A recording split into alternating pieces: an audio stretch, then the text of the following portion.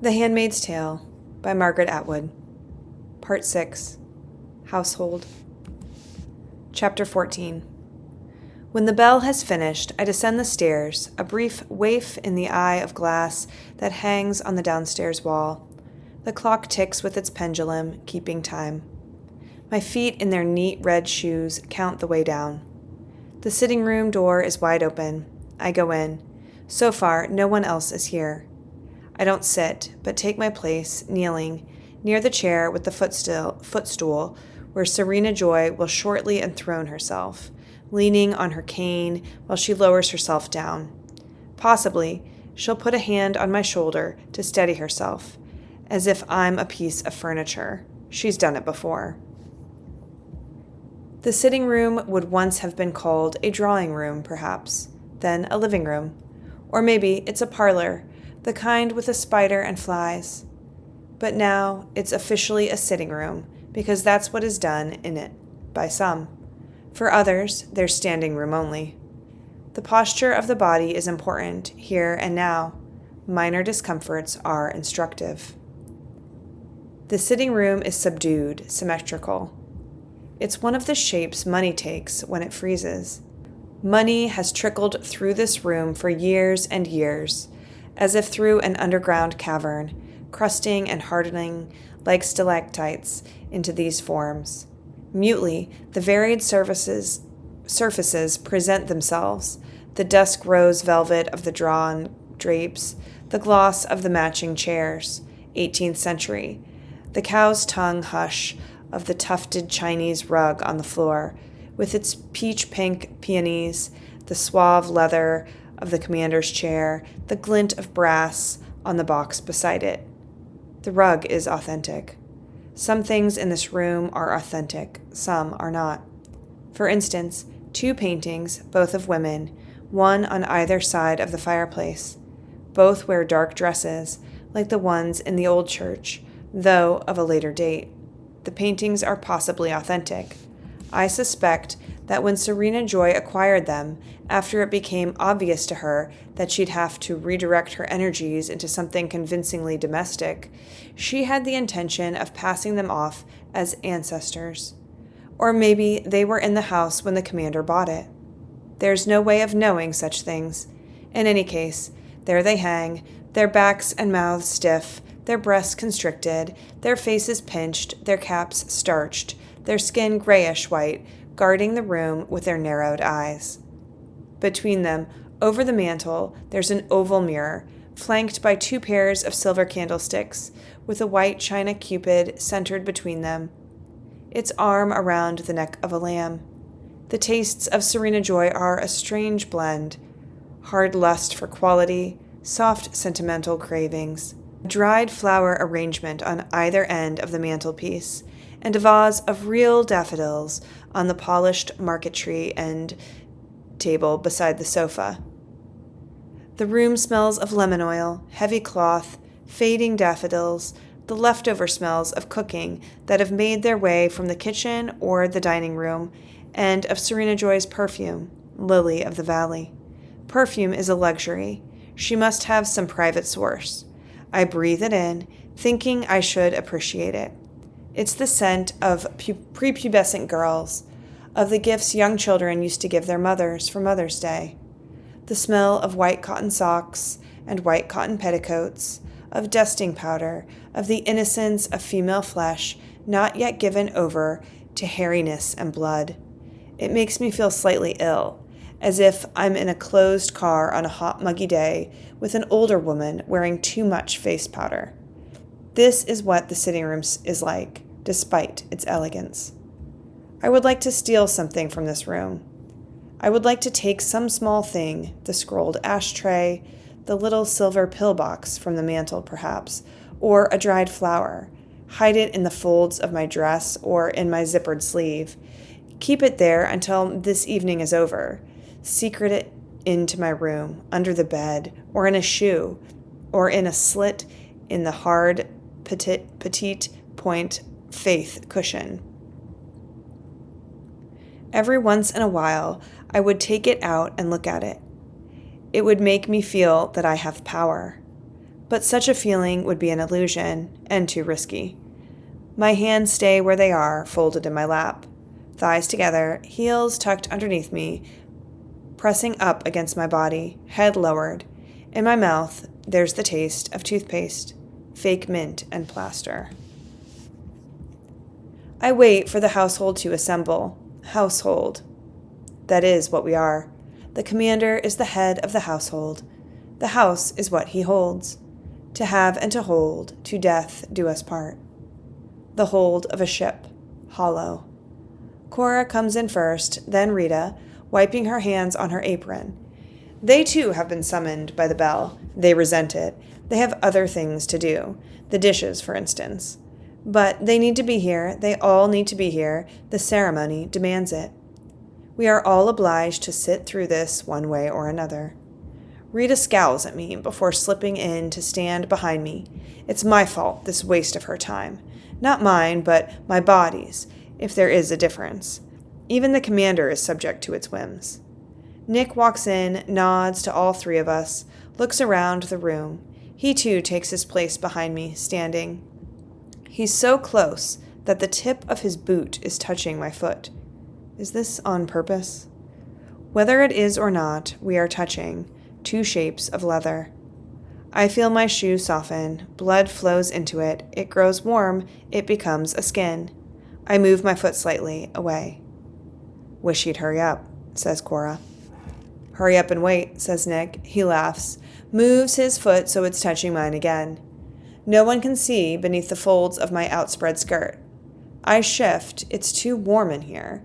The smell of stale perfume makes me feel a little sick. I move my foot away. We hear Serena coming down the stairs, along the hall, the muffled tap of her cane on the rug, thud of the good foot. She hobbles through the doorway, glances at us, counting but not seeing. She nods at Nick, but says nothing. She's in one of her best dresses, sky blue with embroidery in white along the edges of the veil. Flowers and fretwork. Even at her age, she still feels the urge to wreathe herself in flowers. No use for you, I think at her, my face unmoving. You can't use them anymore. You're withered. They're the genital organs of plants. I read that somewhere, once. She makes her way to her chair and footstool, turns, lowers herself, lands ungracefully. She hoists her left foot onto the stool, fumbles in her sleeve pocket. I can hear the rustling, the click of her lighter. I smell the hot singe of the smoke, breathe it in. Late as usual, she says. We don't answer. There's a clatter as she gropes on the lamp table, then a click, and the television set runs through its warm-up. A male choir with greenish-yellow skin, the color needs adjusting. They're singing, "Come to the church in the wildwood." Come, come, come, come, sing the basses. Serena clicks the channel changer, waves, colored zigzags, a garble of sound. It's the Montreal satellite station, being blocked. Then there's a preacher, Ernest, with shining dark eyes, leaning toward us across a desk. These days, they look a lot like businessmen. Serena gives him a few seconds, then clicks onward. Several blank channels, then the news. This is what she's been looking for. She leans back, inhales deeply. I, on the contrary, lean forward, a child being allowed up late with the grown-ups. This is the one good thing about these evenings, the evenings of the ceremony. I'm allowed to watch the news. It seems to be an unspoken rule in this household. We always get here on time. He's always late. Serena always lets us watch the news. Such as it is, who knows if any of it is true? It could be old clips, it could be faked. But I watch it anyway, hoping to be able to read beneath it. Any news now is better than none. First, the front lines. They are not lines, really. The war seems to be going on in many places at once. Wooded hills, seen from above, the trees a sickly yellow. I wish she'd fix the color. The Appalachian Highlands, says the voiceover, where the angels of the Apocalypse 4th Division are smoking out a pocket of Baptist guerrillas, with air support from the 21st Battalion of the Angels of Light. We are shown 2 helicopters, black ones with silver wings painted on the sides. Below them, a clump of trees explodes. Now, a close shot of a prisoner with a stubbled and dirty face, flanked by 2 angels in their neat black uniforms. The prisoner accepts a cigarette from one of the angels, puts it awkwardly to his lips with his bound hands. He gives a lopsided little grin. The announcer is saying something, but I don't hear it. I look into this man's eyes, trying to decide what he's thinking. He knows the camera is on him.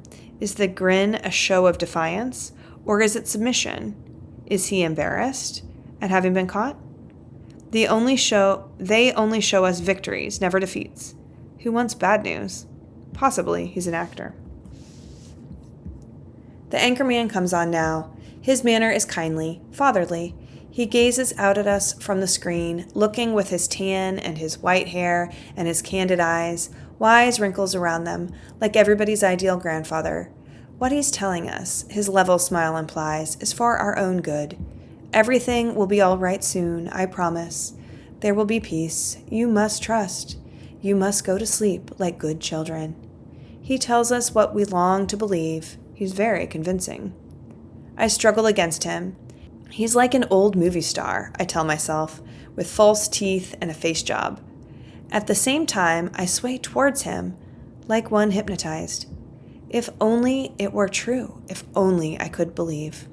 Now, he's telling us that an underground espionage ring has been cracked by a team of eyes, working with an inside informant. The ring has been smuggling precious national resources over the border into Canada. 5 members of the heretical sect of Quakers have been arrested, he says, smiling blandly, and more arrests are anticipated. 2 of the Quakers appear on screen, a man and a woman. They look terrified, but they're trying to preserve some dignity in front of the camera. The man has a large, dark mark on his forehead. The woman's veil has been torn off, and her hair falls in strands over her face. Both of them are about 50. Now we can see a city, again from the air. This used to be Detroit. Under the voice of the announcer, there's the thunk of the artillery. From the skyline, columns of smoke ascend. Resettlement of the children of Ham is continuing on schedule, says the reassuring pink face back on the screen. 3,000 have arrived this week in National Homeland 1, with another 2,000 in transit. How are they transporting that many people at once? Trains? Buses? We are not shown any pictures of this. National Homeland 1 is in North Dakota. Lord knows what they're supposed to do once they get there. Farm is the theory. Serena Joy has had enough of the news. Impatiently, she clicks the button for a station change, comes up with an aging bass baritone. His cheeks like emptied udders. Whispering hope is what he's singing. Serena turns him off. We wait. The clock in the hall ticks. Serena lights another cigarette. I get into the car. It's a Saturday morning. It's a September. We still have a car. Other people have had to sell theirs. My name isn't of Fred. I have another name, which nobody uses now because it's forbidden. I tell myself it doesn't matter. Your name is like your telephone number, useful only to others. But what I tell myself is wrong. It does matter. I keep the knowledge of this name like something hidden, some treasure I'll come back to dig up one day. I think of this name as buried. This name has an aura around it, like an amulet, some charm that survived from an unimaginably distant past. I lie in my single bed at night, with my eyes closed, and the name floats there behind my eyes, not quite within reach, shining in the dark. It's a Saturday morning in September. I'm wearing my shining name. The little girl who is now dead sits in the back seat with her 2 best dolls, her stuffed rabbit, mangy with age and love. I know all the details. They are sentimental details, but I can't help that. I can't think about the rabbit too much, though. I can't start to cry, here on the Chinese rug, breathing in the smoke that has been inside Serena's body. Not here, not now. I can do that later. She thought we were going on a picnic. And in fact, there is a picnic basket on the back seat beside her, with real food in it, hard-boiled eggs, thermos, and all. We didn't want her to know where we were really going. We didn't want her to tell, by mistake, reveal anything, if we were stopped. We didn't want to lay upon her the burden of our truth. I wore my hiking boots. She had on her sneakers. The laces of the sneakers had a design of hearts on them, red, purple, pink, and yellow. It was warm for the time of year. The leaves were turning already, some of them. Luke drove. I sat behind him. The sun shone, the sky was blue. The houses, as we passed them, looked comforting and ordinary, each house as it was left behind, vanishing into the past time, crumbling in an instant as if it had never been, because I would never see it again, or so I thought then. We had almost nothing with us. We don't want to look as if we're going anywhere far or permanent. We have the forged passports, guaranteed, worth the price. We couldn't pay in money, of course, or put it on the CompuCount. We used other things, some jewelry that was my grandmother's, a stamp collection Luke inherited from his uncle. Such things can be exchanged for money in other countries. When we get to the border, we'll pretend we're just going over on a day trip. The fake visas are for a day. Before that, I'll give her a sleeping pill, so she'll be asleep when we cross. That way, she won't betray us. You can't expect a child to lie convincingly. And I don't want her to feel frightened, to feel the fear that is now tightening my muscles, tensing my spine, pulling me so taut that I'm certain I would break if touched. Every stoplight is an ordeal. We'll spend the night at a motel, or, better, sleeping in the car on a side road, so there will be no suspicious questions. We'll cross in the morning, drive over the bridge easily, just like driving into the supermarket. We'll cross in the morning, drive over the bridge easily, just like driving to the supermarket. We turn onto the freeway, head north, flowing with not much traffic. Since the war started, gas is expensive and in short supply. Outside the city, we pass the first checkpoint. All they want is to look at the license. Luke does it well. The license matches the passport. We thought of that. Back on the road, he squeezes my hand, glances over at me. "You're white as a sheet," he says. That is how I feel. White, flat, thin. I feel transparent. Surely they will be able to see through me. Worse, how will I be able to hold on to Luke, to her, when I'm so flat, so white? I feel as if there's not much left of me. They will slip through my arms, as if I'm made of smoke, as if I'm a mirage fading before their eyes.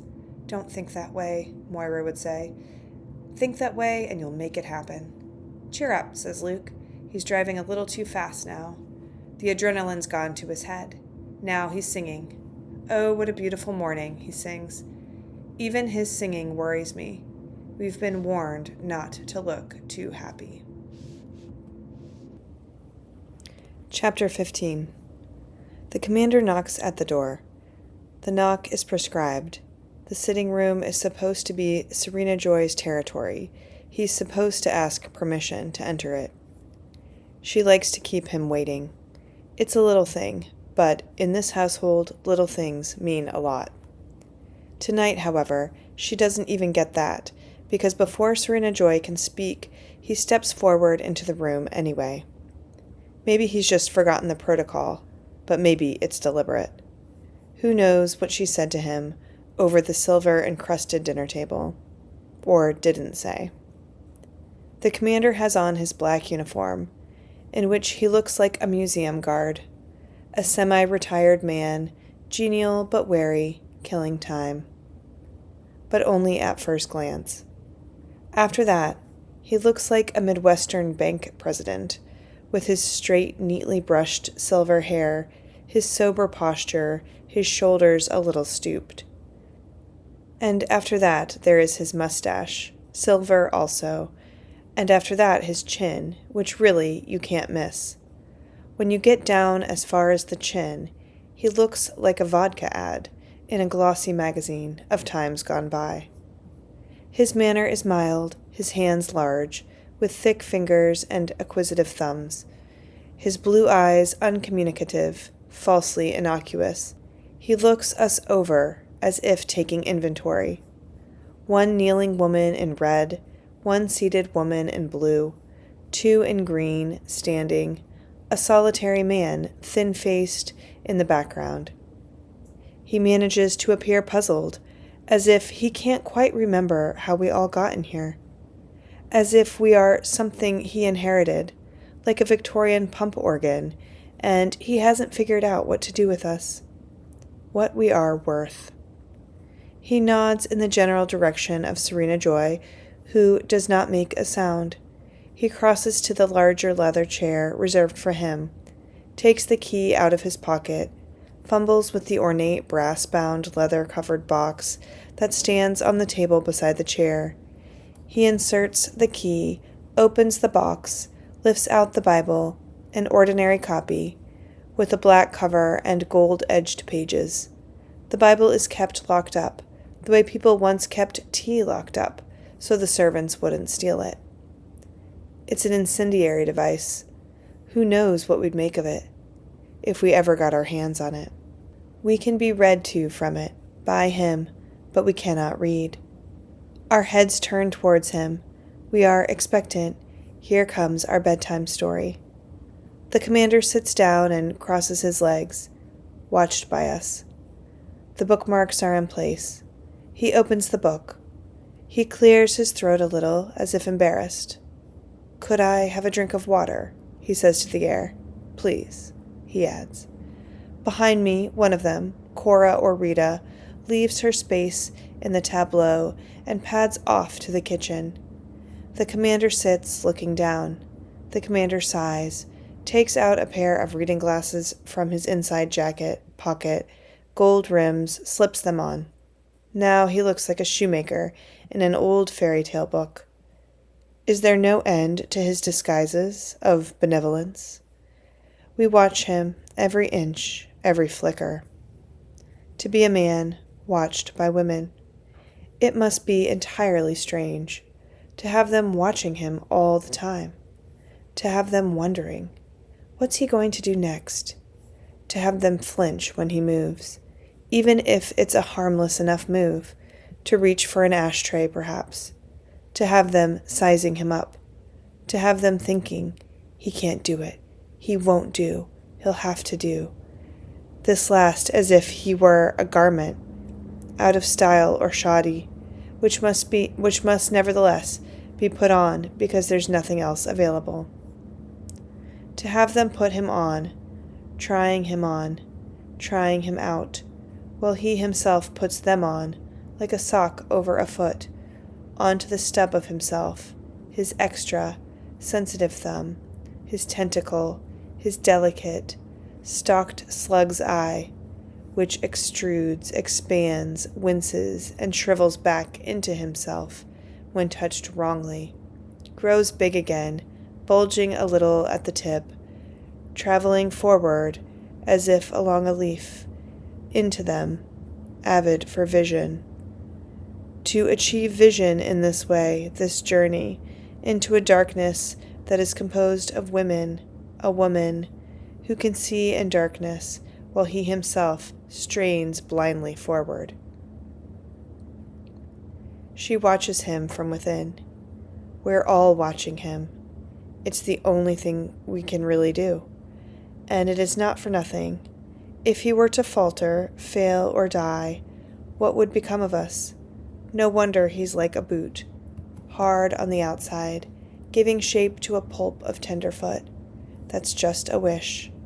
I've been watching him for some time, and he's given no evidence of softness. But watch out, Commander, I tell him in my head. I've got my eye on you. One false move, and I'm dead.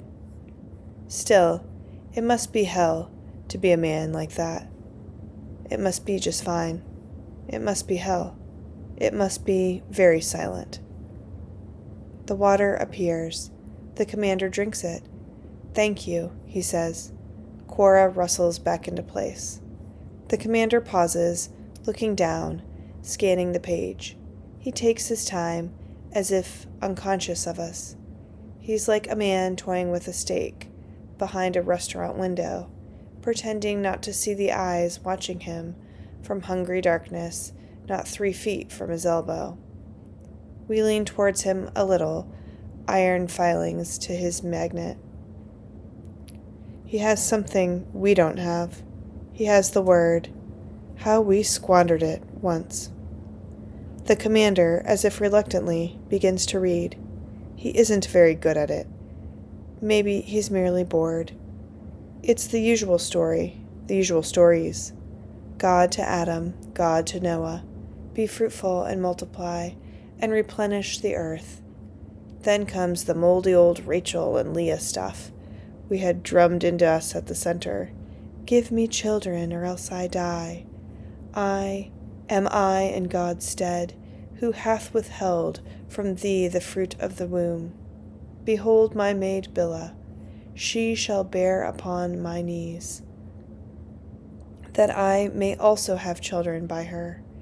And so on and so forth. We had it read to us every breakfast, as we sat in the high school cafeteria, eating porridge with cream and brown sugar. You're getting the best, you know, said Aunt Lydia. There's a war on. Things are rationed. You are spoiled, girls, she twinkled, as if rebuking a kitten. Naughty puss. For lunch, it was the Beatitudes. Blessed be this, blessed be that. They played it from a tape, so not even an aunt would be guilty of the sin of reading. The voice was a man's. Blessed be the poor in spirit, for theirs is the kingdom of heaven. Blessed are the merciful, blessed be the meek. Blessed are the silent. I knew they made that up. I knew it was wrong. And they left things out, too, but there was no way of checking. Blessed be those that mourn, for they shall be comforted. Nobody said when. I checked the clock during dessert, canned pears with cinnamon, standard for lunch, and look for Moira in her place 2 tables over. She's gone already. I put my hand up. I am excused. We don't do this too often, and always at different times of day. In the washroom, I go to the second last stall, as usual. Are you there? I whisper. Large as life and twice as ugly, Moira whispers back. What have you heard? I ask her. Nothing much. I've got to get out of here. I'm going bats. I feel a panic. No, Moira, I say. Don't try it. Not on your own. I'll fake sick. They'll send an ambulance. I've seen it. You'll only get as far as the hospital. At least it'll be a change. I won't have to listen to that old bitch. They'll find you out. Not to worry, I'm good at it. When I was a kid in high school, I cut out vitamin C. I got scurvy. In the early stages, they can't diagnose it. Then you just start it again, and you're fine. I'll hide my vitamin pills. Moira, don't. I couldn't stand the thought of her not being there, with me, for me.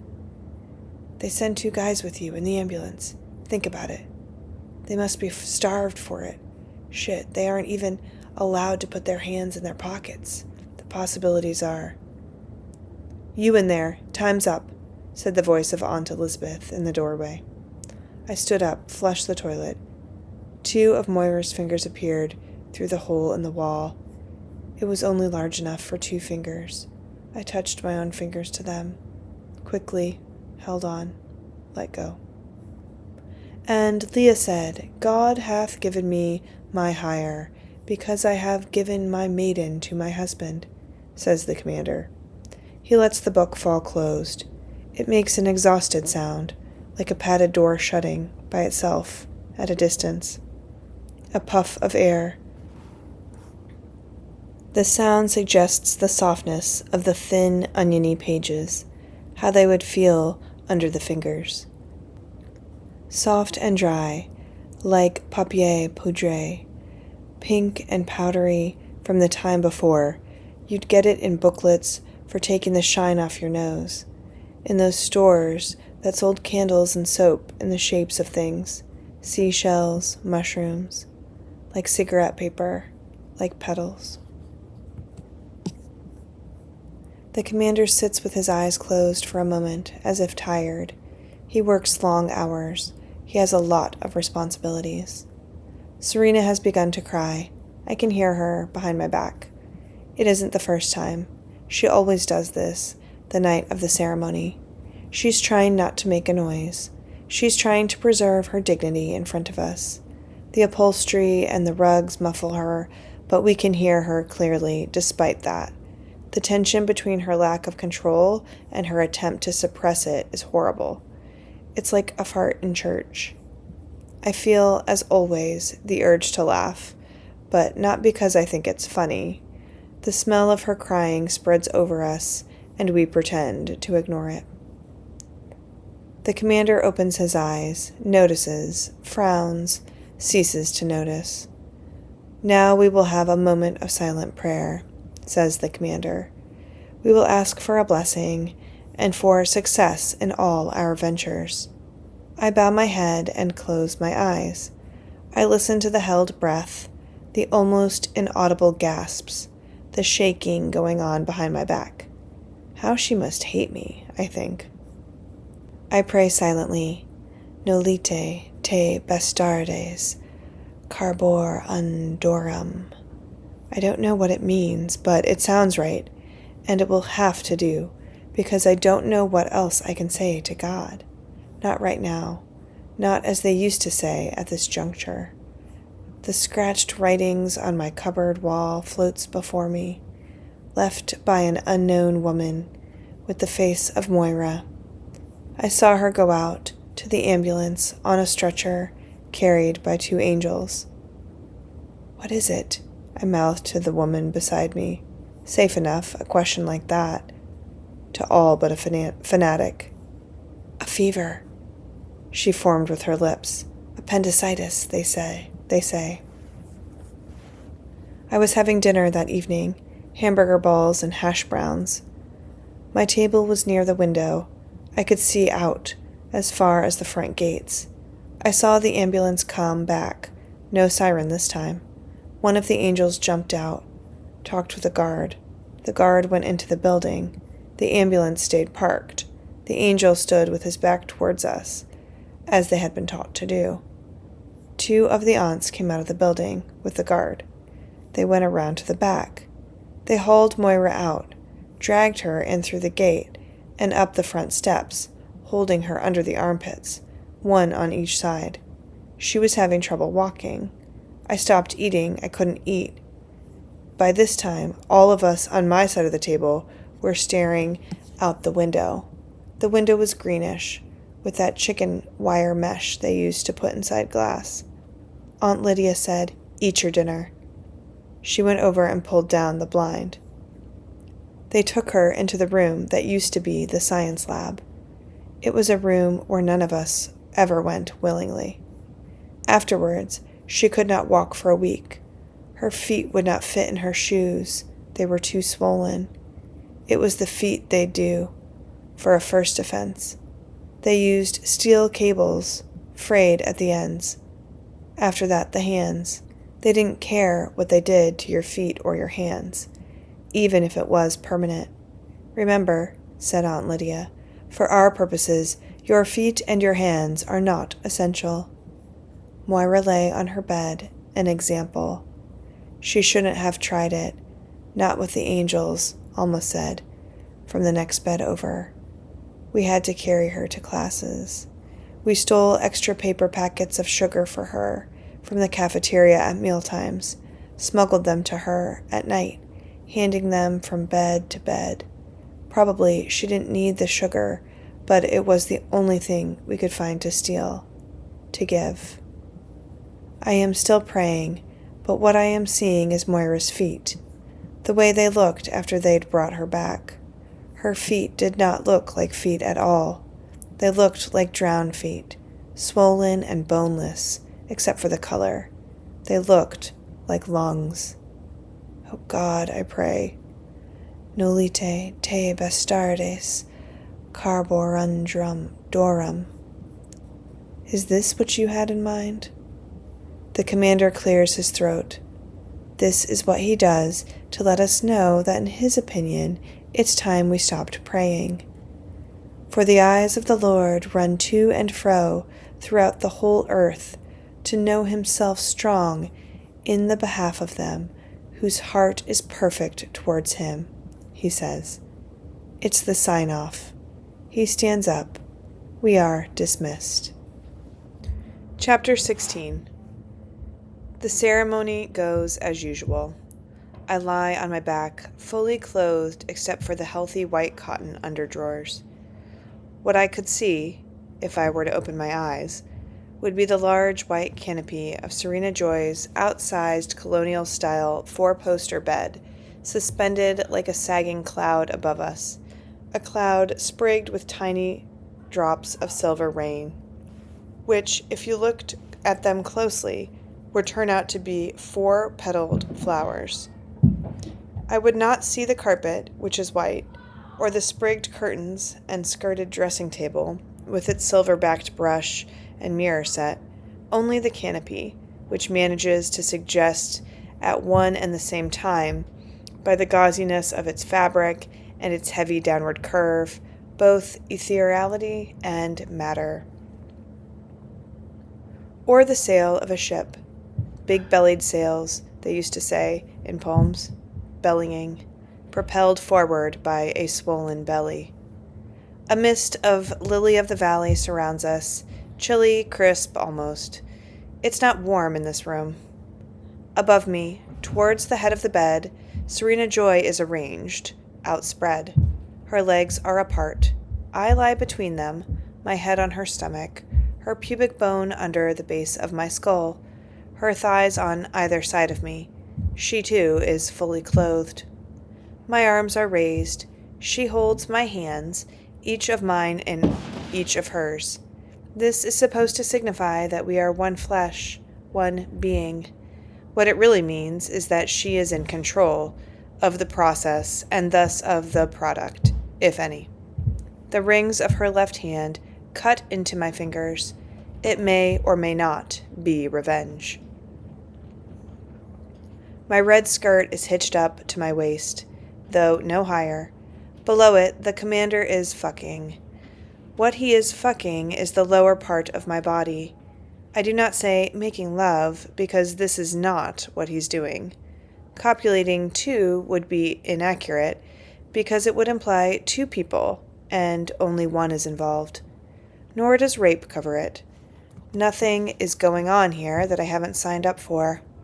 There wasn't a lot of choice, but there was some, and this is what I chose.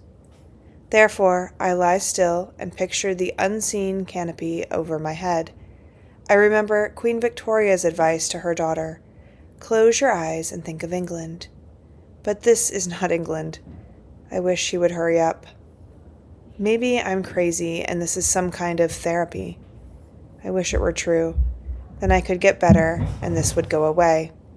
Serena Joy grips my hands as if it is she, not I, who's being fucked, as if she finds it either pleasurable or painful, and the commander fucks with a regular 2-4 marching stroke, on and on like a tap dripping. He is preoccupied, like a man humming to himself in the shower without knowing what he's humming, like a man who has other things on his mind. It's as if he's somewhere else, waiting for himself to come, drumming his fingers on the table while he waits. There's an impatience in his rhythm now. But isn't this everyone's wet dream? 2 women at once? They used to say that. Exciting, they used to say. What's going on in this room, under Serena Joy's silvery canopy, is not exciting. It has nothing to do with passion or love or romance or any of those other notions we used to titillate ourselves with. It has nothing to do with sexual desire, at least for me, and certainly not for Serena. Arousal and orgasm are no longer thought necessary. They would be a symptom of frivolity merely, like jazz garters or beauty spots, superfluous distractions for the light-minded. Outdated. It seems odd that women once spent such time and energy reading about such things, thinking about them, worrying about them, writing about them. They are so obviously recreational. This is not recreation, even for the commander. This is serious business. The commander, too, is doing his duty. If I were going to open my eyes a slit, I would be able to see him.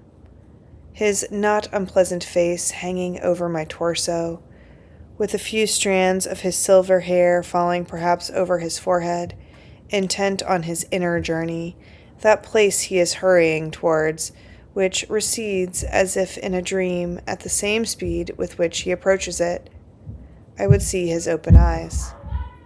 If he were better looking, would I enjoy this more? At least he's an improvement on the previous one, who smelled like a church cloakroom in the rain, like your mouth when the dentist starts picking at your teeth, like a nostril. The commander instead smells of mothballs. Or is this odor some punitive form of aftershave? Why does he have to wear that stupid uniform?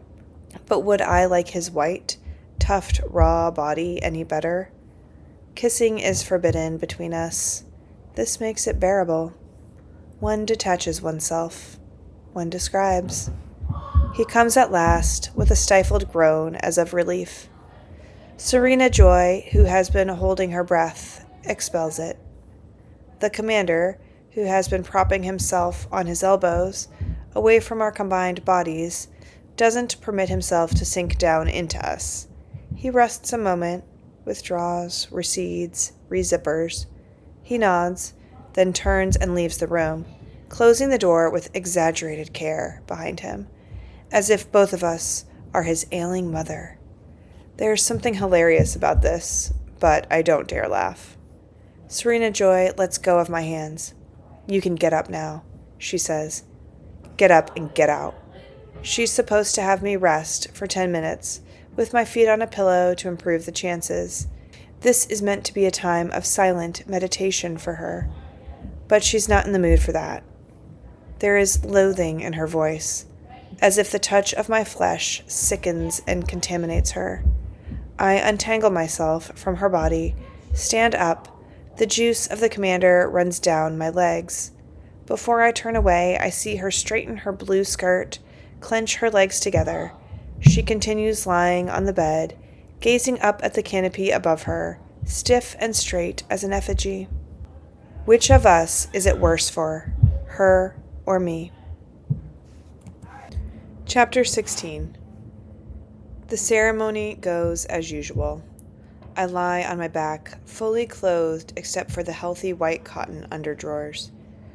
What I could see, if I were to open my eyes, would be the large white canopy of Serena Joy's outsized colonial-style four-poster bed, suspended like a sagging cloud above us, a cloud sprigged with tiny drops of silver rain, which, if you looked at them closely, would turn out to be 4-petaled flowers. I would not see the carpet, which is white, or the sprigged curtains and skirted dressing table, with its silver-backed brush and mirror set, only the canopy, which manages to suggest at one and the same time, by the gauziness of its fabric and its heavy downward curve, both ethereality and matter. Or the sail of a ship, big-bellied sails, they used to say in poems, bellying, propelled forward by a swollen belly. A mist of lily-of-the-valley surrounds us, chilly, crisp almost. It's not warm in this room. Above me, towards the head of the bed, Serena Joy is arranged, outspread. Her legs are apart. I lie between them, my head on her stomach, her pubic bone under the base of my skull, her thighs on either side of me. She, too, is fully clothed. My arms are raised. She holds my hands, each of mine in each of hers. This is supposed to signify that we are one flesh, one being. What it really means is that she is in control of the process and thus of the product, if any. The rings of her left hand cut into my fingers. It may or may not be revenge. My red skirt is hitched up to my waist, though no higher. Below it, the commander is fucking. What he is fucking is the lower part of my body. I do not say making love, because this is not what he's doing. Copulating too would be inaccurate, because it would imply two people, and only one is involved. Nor does rape cover it. Nothing is going on here that I haven't signed up for. There wasn't a lot of choice, but there was some, and this is what I chose. Therefore, I lie still and picture the unseen canopy over my head. I remember Queen Victoria's advice to her daughter, "Close your eyes and think of England." But this is not England. I wish she would hurry up. Maybe I'm crazy and this is some kind of therapy. I wish it were true. Then I could get better and this would go away. Serena Joy grips my hands as if it is she, not I, who's being fucked. As if she finds it either pleasurable or painful, and the commander fucks with a regular 2-4 marching stroke, on and on like a tap dripping. He is preoccupied, like a man humming to himself in the shower without knowing what he's humming, like a man who has other things on his mind. It's as if he's somewhere else, waiting for himself to come, drumming his fingers on the table while he waits. There's an impatience in his rhythm now.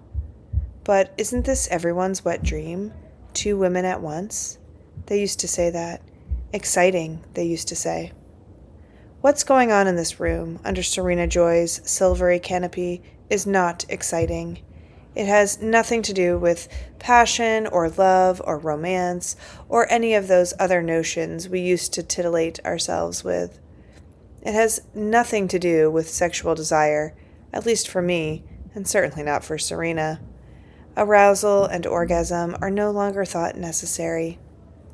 They would be a symptom of frivolity merely, like jazz garters or beauty spots, superfluous distractions for the light-minded. Outdated. It seems odd that women once spent such time and energy reading about such things, thinking about them, worrying about them, writing about them. They are so obviously recreational. This is not recreation, even for the commander. This is serious business. The commander, too, is doing his duty. If I were going to open my eyes a slit, I would be able to see him.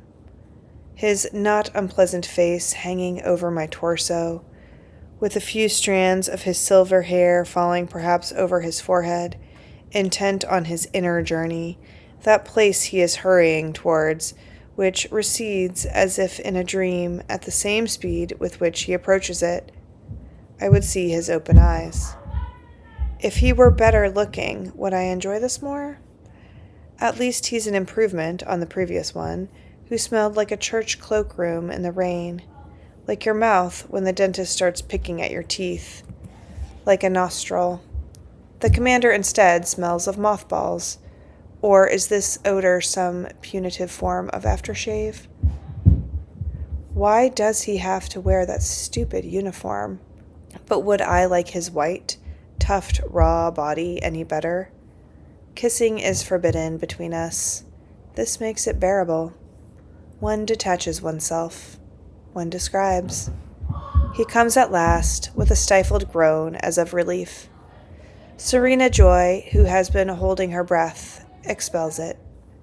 The commander, who has been propping himself on his elbows, away from our combined bodies, doesn't permit himself to sink down into us. He rests a moment, withdraws, recedes, rezippers. He nods, then turns and leaves the room, closing the door with exaggerated care behind him, as if both of us are his ailing mother. There's something hilarious about this, but I don't dare laugh. Serena Joy lets go of my hands. "You can get up now," she says. Get up and get out. She's supposed to have me rest for 10 minutes, with my feet on a pillow to improve the chances. This is meant to be a time of silent meditation for her. But she's not in the mood for that. There is loathing in her voice, as if the touch of my flesh sickens and contaminates her. I untangle myself from her body, stand up. The juice of the commander runs down my legs. Before I turn away, I see her straighten her blue skirt, clench her legs together. She continues lying on the bed, gazing up at the canopy above her, stiff and straight as an effigy. Which of us is it worse for, her or me?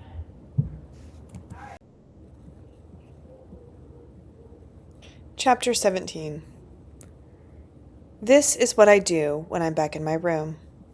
I take off my clothes and put on my nightgown.